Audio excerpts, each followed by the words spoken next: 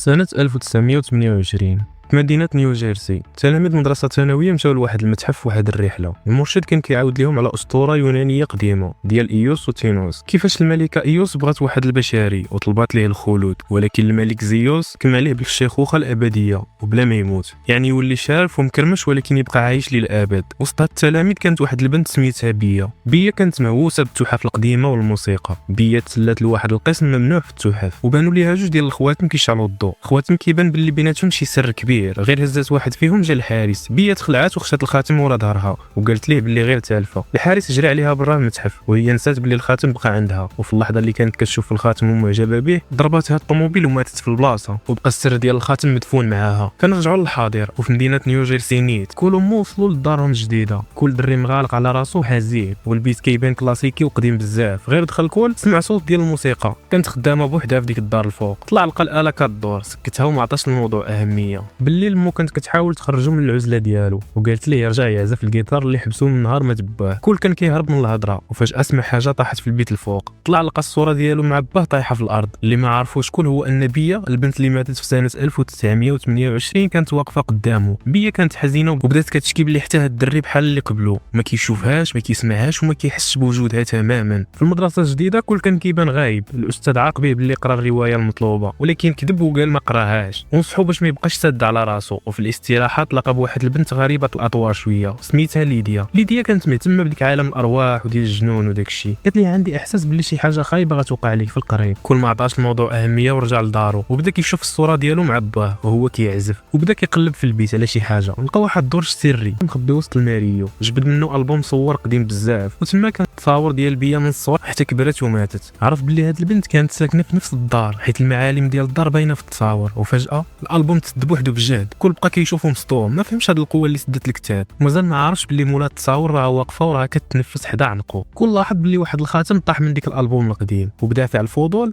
لبسو في صبعو. وفجاه بيا بانت قدامه. بيا كانت طايره بالفرحه حيت اخيرا لقات ليه يشوفها ويسمعها، وفهمت بلي هذا الخاتم هو الريزو اللي كيربطها ما بين عالم الاحياء وعالم الاموات. كل مسكين تبلوكا وبقى غير كيقنع راسو بلي هادشي غير تخيلات وضغوطات نفسيه. بدات كتشرح ليه وكتقول ليه انا راه مت في حادثه ديال طوموبيل، ومن تما وانا محبوسه في هاد الدار بحال شي ساجين، كنشوف الناس داخله وخارجه وما كاين اللي كيحس بيا. فجاه دقت مو في الباب حيت سمعاتو كيهضر بوحدو. كل حيد الخاتم وبيا غبرات. مو بقات كتشوف فيه باستغراب، هو دار راسو كيهضر غير مع راسو وخرج للمدرسه. هو كيقول بلي فاش غادي يرجع هاد الهلاويس غتكون مشات. غير رجع للدار لبس الخاتم وما لقاش بيا. هو في الاول فرح وقال الحمد لله عقلي رجع لبلاصتو، ولكن غير حل الماريو لقاها جالسه ليه تما. بيا حلفات ليه بلي هي شبح حقيقي وبلي ما عندهاش فين تمشي، وترجعاتو يخلي الخاتم في يدو باش يونسها وما تبقاش وحيده. كل ما عجبوش الحال وحيد الخاتم باش يطفيها، ولكن بيا ناضت كتحرك الكراسي اللي كاينين تما باش تبين ليه بلي راه كاينه واخا ما كيشوفهاش. اضطر يلبس الخاتم ويسولها اش بغيتي عاوتاني. بيا بانت ليها واحد الصوره ديال تيلور سويفت معلقه، وسولاتو شكون هاد الشابه. كل بدا كيضحك وشرح ليها بلي هذه نجمه العصر، وهي عاودت ليه على حبها للبيانو والموسيقى. فاش سولاتو واش كيعزف كل وجهه تبدل بالزربه حيت جرح موت باه مازال ما برا. ثاني يوم كل كان كيفطر مع امو، وبيا بدات كتبستل وتحرك في القرعه ديال الملح قدامهم. كل بدا كيدير شي حركات بهلوانيه باش يغطي على القرعه اللي كتحرك، وامو بقات كتشوف فيهم مصدومه من هاد التوتر. كل ما زال ما مستعدش يعاود المولى الحقيقه ديال بيا، ولا حتى يهضر معاها على الوجع ديال فراق باه. فاش طلع للبيت الفوق بيا اعتذرات ليه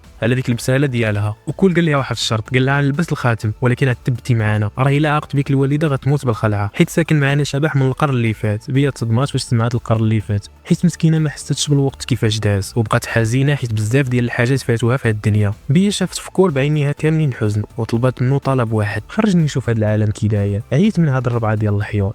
كل فعلا وافق يخرج بيا، وغير قربوا من الباب بيا كانت خايفه ترجع تضرب مع الحيوط، ولكن بفضل الخاتم اللي في يد كل نجحات وخرجت للزنقه. بيا كانت طايره بالفرحه قرن من الزمان وهي محبوسه، ودابا كتشوف الطوموبيلات والضواء والتكنولوجيا. كل خداها في نزهه وراها كاع العجب ديال هذا الزمان، وهي كانت مبهوره بحال شي دريه صغيره في سوبر ماركت. فاش رجعوا للدار بيا عاودت الكل على حلمها القديم. كانت كتمنى تولي كابتن ديال شي طياره، ولكن في 1928 كان مستحيل بنت تسوق طياره. كل ضحك عليها وقال لها دابا العيالات راه كيطيروا في السماء عادي. ولكن بيا كان باين فيها الحزن، حيت دابا هي غير شبح وما بقى عندها كيفاش تحقق حلمها. كل استأذنها باش يمشي ينعس، وهي طلبت منه طلب غريب: ديني معاك لمدرستك غدا، حيت راه كانت مدرستي القديمه. ثاني يوم فعلا كل ضاع مع المدرسه، كانت حفله تنكريه تما، كلشي كان لابس شي لبسات غريبه. ليديا اللي كنا قلنا البنت اللي مهتمه بالجنون شافت الخاتم اللي في اليد ديال كول وشكت فيه. كل حاول يهرب من الهضره ودخل للبيت ديال الموسيقى. تما بيا بدات كتعزف على البيانو وطلبات من كول يعزف معاها بالجيتار. كل في الاول ترد، ولكن السحر ديال بيا خلاه يهز الجيتار ويبداو يعزفوا بجوج بهم ديو ما بين الماضي والحاضر. هذا الوقت ليديا كانت غارقه وسط الكتب في المكتبه، كتقلب على السر ديال داك الخاتم ولقات العجب. الاسطوره كتقول بلي هادوك جوج خواتم تصاوبوا لواحد الزوجين كرمز للارتباط الابدي، واي واحد فرقهم غتنزل عليه لعنه، والروح اللي مرتبطه بالخاتم غتبقى تايهه وما غتمشي لدار البقاء حتى غادي يرجعوا الخواتم بجوج بهم يتلاصقوا. ليديا صيفطات ميساج صوتي لكول وجابته عندها للمكتبه، شرحت ليه كل شيء. قالت له انت ملعون بشبح، وهذا الشبح ما غيمشيش حتى ترجع الخاتم لخوه. قالت ليه باللي الخاتم الثاني كاين في واحد المتحف، ديك المتحف كاين في نيويورك، ولكن هذا الخاتم غادي يتباع في مزاد علني غدا. ليديا قالت ليه بكل صرامه: الا بغيتي تهنى من هذا الشبح وترجع حياتك طبيعيه، خاصك تدي الخاتم اللي عندك وتلحق المزاد قبل ما يشري شي حد الخاتم ويغبر عليك بمره. كول كان غارق في واحد الصراع داخلي، خاف يرجع وحيد من بعد ما ولات بيا هي السند ديالو. بيا دارت ليه مفاجاه وطلبت منه يغني ليها. كول غنى من قلبه، وبيا كانت طايره بالفرحه وشجعته يشارك في عرض المواهب. فاش سولاتو اش كنتي غتقول ليا، كول خاف وقال لها والو، غير نسيت. كان باغي يربح الوقت ولكن القدر كان صرع منه. في المدرسه كول شاف التليفون ولقى المزاد سالا والخاتم مشى لشي شخص مجهول. دخل لبيت الموسيقى ووجهه كحل. بيا شافت الميساج اللي صيفطاتو ليا الكول اللي فيه الخاتم تباع، الشبح غيبقى معاك للابد. بيا تصدمات وفهمت كل شيء. كل صراحه باللي اللعنه غتسالي غير الا تلاقاو الخواتم، وباللي هو اللي ضيع الفرصه. بيا روتت عليه والدموع في عينيها: كنت كنسحابك صاحبي، ساعه طلعتي اناني، حرمتيني نرجع لحياتي ونعيش قدري. امراتو يحيد الخاتم ويخرج، وكل دارها وهو كيموت بالحزن.